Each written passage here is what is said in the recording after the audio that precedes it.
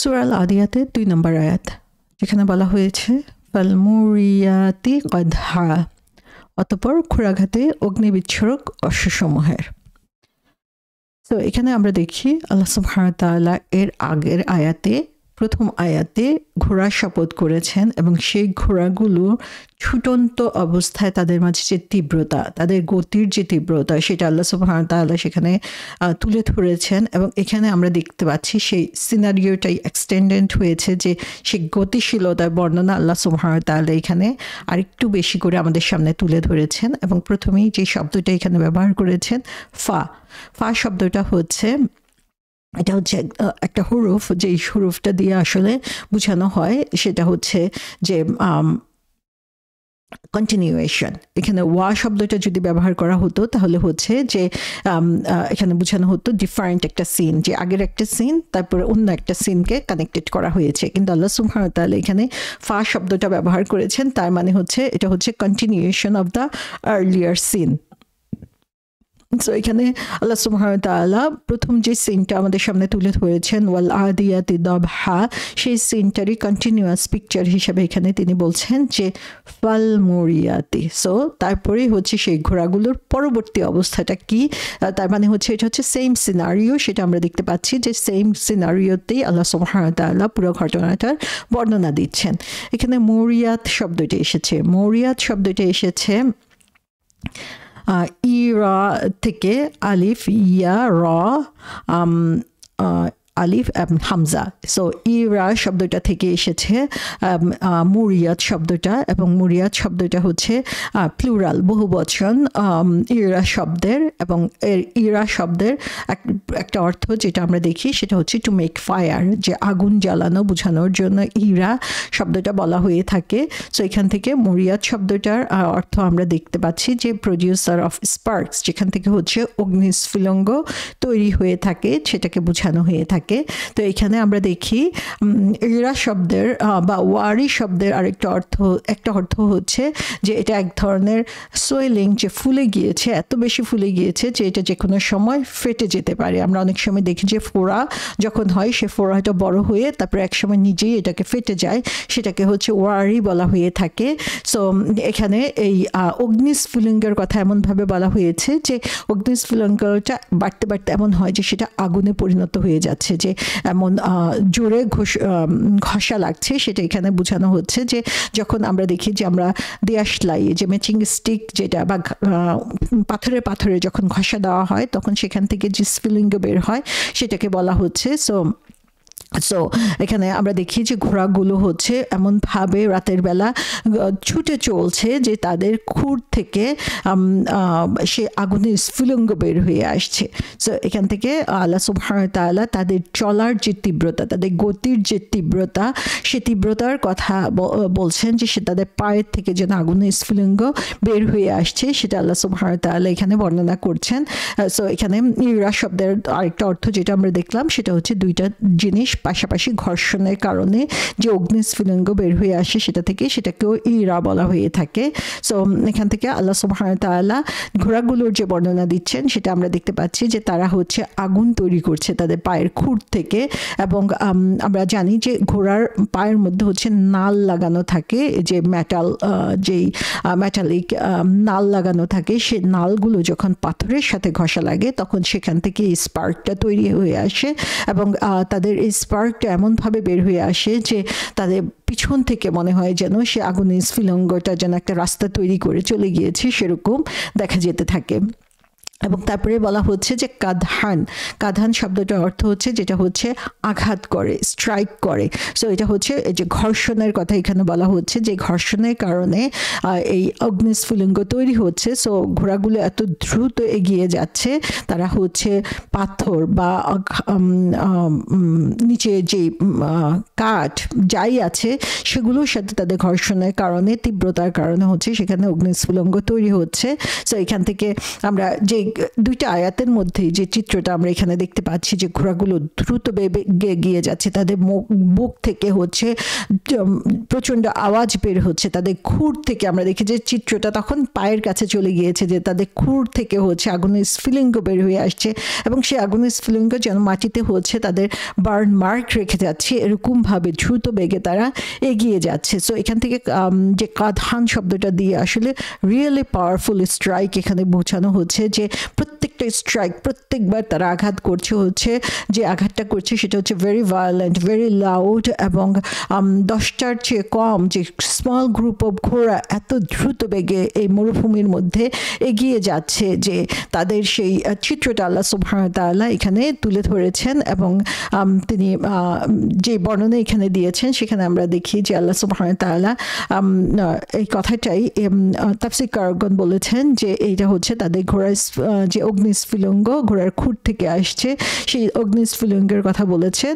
এবং কেউ কেউ বলেছেন যে এটা হচ্ছে দিনের শেষে, আমরা জানি মরুভূমিতে হচ্ছে সন্ধ্যার থেকেই হচ্ছে ঠান্ডা পড়ে যায়, সো দিনের শেষে তারা যখন আগুন জ্বালাচ্ছে সেটাকেও বোঝানো হতে পারে, যে যখন তারা এক জায়গায় একত্রিত হচ্ছে এবং বিশ্রাম নিচ্ছে। সো এখানে আরেকটা জিনিস আমরা দেখি যে এই অগ্নিস্ফুলিঙ্গগুলো যখন দিনের বেলা, কিন্তু এই আগুনের পায়ের থেকে যদি এই ধরনের স্পার্কল বের হয় তাহলে সেটা আসলে দেখা যাওয়ার কথা না, তার মানে আমরা দেখতে পাচ্ছি যে এটা হচ্ছে রাতের একটা চিত্রের কথা আল্লাহ সুবহানাহু ওয়া তাআলা এখানে তুলে ধরেছেন। এবং আমরা জানি যে রাসূল সাল্লাল্লাহু আলাইহি ইসলামের একটা সুন্নাহ ছিল যে তিনি রাতে ট্রাভেল করতেন, এবং এই ব্যাপারে তিনি বলেছেন যে তোমরা রাতের বেলা হচ্ছে ভ্রমণ করো, কারণ হচ্ছে রাতের বেলা পৃথিবী ভ্রমণ করা হচ্ছে সহজ। যে রাসূল সাল্লাল্লাহু আলাইহি ইসলাম এবং আরবের একটা প্রচলিত নিয়মে ছিল সেই সময়, সেটা হচ্ছে যে তারা রাতের বেলা ভ্রমণ করতো, এবং সে কারণেই আমরা সেই অগ্নিস্ফুলিঙ্গটাকে আরো বেশি ক্লিয়ারলি যে ইমাজিনার সিন আমরা এখানে দেখতে পাচ্ছি সেটাতে ফুটে উঠছে। তারপরে 3 নম্বর আয়াতে বলা হচ্ছে ফাল মুগীরাতি সুবহা, অতঃপর প্রভাতকালে আক্রমণকারী অশ্বসমূহের। তাহলে এখানে আমরা দেখি ফা, আবার ফা এসেছে, তার মানে হচ্ছে আগের যে সিন সেই সিনের কন্টিনিউয়েশন চলছে। দ্রুতগামী ঘোড়া তারা রাতের বেলা এত দ্রুত এগিয়ে চলছে যে তাদের পায়ের খুর থেকে আগুন বের হয়ে আসছে, যেন মনে হয় সেই আগুনের দাগ তারা মাটির মধ্যে ফেলে যাচ্ছে। এবং তারপরে এখন বলা হচ্ছে ফাল মুগীরাতি, মুগীরা শব্দটা এখানে এসেছে, মুগীরা শব্দটা এসেছে হচ্ছে এগারা থেকে। এগারা শব্দের অর্থ হচ্ছে অ্যাম্বুশ করা। অ্যাম্বুশ মানে হচ্ছে কাউকে অ্যাটাক করার জন্য যখন কোথাও লুকিয়ে থাকে তখন সেটাকে বলা হচ্ছে, এবং যখন সে কাছে চলে আসে তখন তার উপরে ঝাঁপিয়ে পড়া, এটাকে হচ্ছে এগারা বলা হয়ে থাকে। সো বলা হচ্ছে যে আর্লি মর্নিং টাইমে হচ্ছে তারা এই রেইডটা করে, তারা এই অ্যাটাক করার জন্য রেডি হয়ে থাকে। এবং ইগারা শব্দটি এসেছে হচ্ছে গাউ শব্দ থেকে। গাউ শব্দের অর্থ হচ্ছে টেকিং এ ডিপ লুক, যে কোনো জিনিসের প্রতি খুব গভীরভাবে কোনো জিনিসকে পর্যবেক্ষণ করা। আবার বলা হয়ে থাকে যে পানি যখন উপর থেকে নিচের দিকে গড়িয়ে পড়ে যায় তখন সেটাকেও গাউর বলা হচ্ছে, তার মানে হচ্ছে লো ল্যান্ডের কথা এখানে বোঝানো হচ্ছে, যে উপর থেকে নিচের দিকে এগিয়ে যাচ্ছে ঘোড়াগুলো, সেটাও এখানে বোঝানো হচ্ছে। এবং যখন উপর থেকে নিচের দিকে যায় তখন তাদের স্পিডটা কেমন থাকে, স্পিড আরও বেশি ফাস্টার হচ্ছে সেখানে, সেই চিত্রটাও এখানে উঠে আসছে। এবং আগারা শব্দের অর্থ আমরা আগেই বলেছি যে এটা দিয়ে হচ্ছে অ্যাটাক করা বা অ্যাম্বুশ করা বোঝানো হয়ে থাকে। আবার এটা দিয়ে বোঝানো হয় যে কোনো জিনিসের খুব গভীরে পৌঁছে যাওয়ার জন্য চেষ্টা করা, তখন সেটাকেও হচ্ছে আগারা বলা হয়ে থাকে। আগারা শব্দের আরেকটা অর্থ হচ্ছে যে যেদিক থেকে হচ্ছে সূর্য উদিত হয়। তো এখান থেকে আমরা দেখি যে যে পিকচারটা আমরা দেখতে পাচ্ছি এই মুগীরাত শব্দটা থেকে, সেটা হচ্ছে যে ঘোড়াগুলো কি করছে, ঘোড়াগুলো হচ্ছে খুব উঁচু জায়গা থেকে নিচুর দিকে চলে যাচ্ছে। নিচুর দিকে যাওয়ার কারণে হচ্ছে তাদের যে গতি, সেই গতির তীব্রতা বাড়ছে।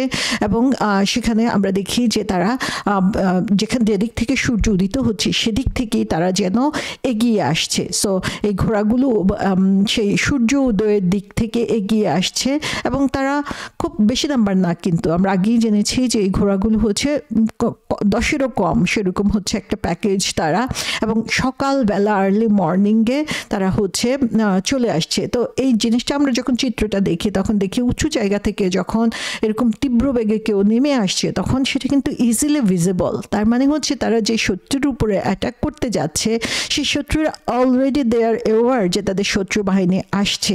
সো এখান থেকে আমরা দেখি যে এই ঘোড়াগুলো বা এই যে যারা শত্রুকে আঘাত করতে যাচ্ছে তাদের মধ্যে যে কনফিডেন্স, সেই কনফিডেন্সটা আমরা দেখছি যে তারা জানে শত্রুরা তাদেরকে দেখতে পাচ্ছে, কিন্তু তারপরেও তাদের যে টার্গেট সেই টার্গেটে আঘাত করার জন্য তারা কিভাবে তীব্র বেগে সেখানে এগিয়ে চলছে সেই বর্ণনাটা আল্লাহ সুবহানাহু ওয়া তাআলা এখানে দিচ্ছেন। তো এখানে যে তারা জানে শত্রু বাহিনী রেডি থাকবে, কিন্তু তারপরে তারাও রেডি যে তীব্রভাবে তাদের অন টপ অফ দ্যাম তারা যে হচ্ছে হাজির হয়ে যাবে, সেই ধরনের প্রিপারেশন নিয়ে তারা হচ্ছে শত্রু বাহিনীর কাছে এগিয়ে যাচ্ছে।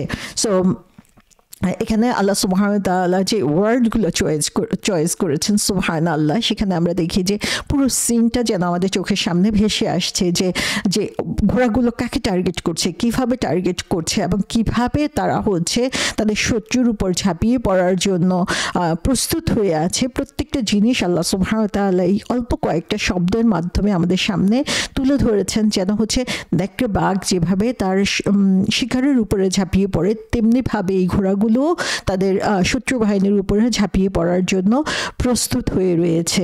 সো এই যে তাদের অন্যের উপরে বা যাদেরকে তারা শত্রু মনে করে তাদেরকে প্রতিহত করার জন্য তাদের যে শক্তি, তাদের যে তীব্রতা, তাদের যে কনফিডেন্স লেভেল, সেটা আমরা এখানে দেখতে পাচ্ছি যে এই ব্যাপারে তাদের মধ্যে কোনো ধরনের দ্বিধা নেই যে তারা শত্রু তাদেরকে দেখে ফেলছে এবং সেজন্য তারা ভীত হয়ে পড়বে, বরং অল্প সংখ্যক হলেও তারা কনফিডেন্টলি তাদের উপরে অ্যাটাক করার জন্য রেডি হয়ে আছে। সো এই ইগারা শব্দটা দিয়ে আল্লাহ সুবহানাহু ওয়া তাআলা সেই ঘোড়াগুলো এবং ঘোড়ার যে রাইডার্স তাদের যে ইমেজ এখানে তুলে ধরা হচ্ছে, যে তাদের দৃঢ় সংকল্প আমরা এখানে দেখতে পাচ্ছি শত্রুকে অ্যাটাক করার ব্যাপারে, যে তারা সিক্রেটলি তাদেরকে অ্যাটাক করছে না, বরং তাদেরকে অ্যাটাক করার জন্য তারা দিনের বেলা ফুল ডে লাইটের মধ্যে তারা যাচ্ছে এবং এমনভাবে তারা সেখানে উপস্থিত হচ্ছে যে তাদেরকে ইগনোর করার কোনো সুযোগ নাই, এবং তারা জানে যে তাদের শত্রু বাহিনী কত প্রবলভাবে তাদের কাছে এগিয়ে আসছে। এবং এখানে সুবহান শব্দটা বলা হয়েছে, সুবহান শব্দের অর্থ হচ্ছে ডন, অর্থাৎ ভোরবেলা। আমরা সুবহে সাদিক শব্দটার সাথে পরিচিত আছি, যে একদম সকাল যখন শুরু হচ্ছে সেই সময়টার কথা এখানে বলা হচ্ছে। সো এখানে বলা হচ্ছে যে যারা হচ্ছে এই রেইড করতে যাচ্ছে, যারা হচ্ছে এই অ্যাটাক করতে যাচ্ছে, তারা হচ্ছে আর্লি ইন দ্য মর্নিংয়ে যাচ্ছে। এবং সেটা একটা কারণ হতে পারে, সেটা হচ্ছে যে ইউজুয়ালি পিপল হচ্ছে এই সকালবেলা হচ্ছে ঘুমায়, যে কারণে হচ্ছে তারা অত বেশি সুযোগ পায় না তাদের শত্রুর মোকাবেলা করার জন্য। তো শত্রুকে আঘাত করার জন্য এটা হচ্ছে একটা খুব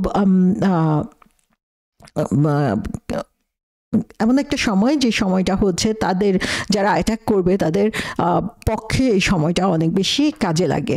সো আরবদের যে প্র্যাকটিস ছিল সেই প্র্যাকটিসটা হচ্ছে যে তারা হচ্ছে রাতের বেলা তারা মার্চ করে এগিয়ে যেত এবং শত্রুকে তারা সারপ্রাইজলি অ্যাটাক করতো, যে তারা রেডি হওয়ার আগেই সাডেনলি তাদের উপরে আর্লি ইন দ্য মর্নিংয়ে অ্যাটাক করতো, যখন মাত্র দিনের আলো প্রকাশিত হয়ে যাচ্ছে, এবং সেই সময়ে তারা হচ্ছে তাদের উপরে আঘাত করার জন্য প্রস্তুত হতো। এবং আমরা রাসূল সাল্লাল্লাহু আলাইহি ইসলামের সুন্নাহ যদি দেখি তাহলে দেখব যে সেখানে রাসূল সাল্লাল্লাহু আলাইহি ইসলাম হচ্ছে আর্লি মর্নিংয়ে শত্রুর উপরে আঘাত করতেন। তিনি হচ্ছেন সেই শত্রু বাহিনীর কাছাকাছি যে উপস্থিত হতেন রাতের বেলা এগিয়ে যেয়ে, এবং যখন তিনি ওয়েট করতেন ফজর আজানের জন্য, তিনি যদি ফজর আজান শুনতে না পেতেন তাহলে তিনি জানতেন যে এটা হচ্ছে এটা কোনো মুসলিম গ্রুপ না, এবং তখন তারা তাদের উপরে অ্যাটাক করতেন। এবং সেই অ্যাটাকটা হতো অনেকটা সারপ্রাইজ অ্যাটাকের মতো তাদের জন্য, যখন তারা হচ্ছে মোর লাইক হচ্ছে আনপ্রিপেয়ার্ড থাকলো সেই সময়ের জন্য। সো আল্লাহ সুবহানাহু ওয়া তাআলা এখানে দুইটা জিনিস দেখাচ্ছে যে এটা হচ্ছে ট্যাকটিক, যে তারা যে আঘাত করত বা আক্রমণ করত সেটা হচ্ছে এমন সময়ে করত যখন শত্রু বাহিনী হচ্ছে প্রস্তুত না, আর শত্রু বাহিনী যদি তাদেরকে দেখেও তারপরেও হচ্ছে তাদের মধ্যে তাদের দৃঢ় সংকল্প বা তাদের যে ইচ্ছা শত্রুকে প্রতিহত করার সেটা কোনোভাবেই বন্ধ হতো না, বরং তীব্র বেগে তারা এগিয়ে যেত। ইবনে আব্বাস রাদিয়াল্লাহু আনহু, মুজাহিদ, কাতাদা রাহমাতুল্লাহ আলাইহি তারা বলেছেন যে এই আল্লাহর জন্য, আল্লাহ সন্তুষ্টির জন্য যখন তারা জিহাদ করতো বা এগিয়ে যেত সে সময় এই ঘোড়াগুলো হচ্ছে সকালবেলা তাদেরকে যেয়ে অ্যাটাক করতো। এবং এখানে আরেকটা ইন্টারেস্টিং জিনিস আমরা দেখি যে তারা আর্লি মর্নিং টাইমে অ্যাটাক করতো, তাদেরকে দেখে ফেলবে এই ভয় তারা করতো না, কারণ তারা দৃঢ় সংকল্প তাদেরকে যা করতে হবে সেই ব্যাপারে।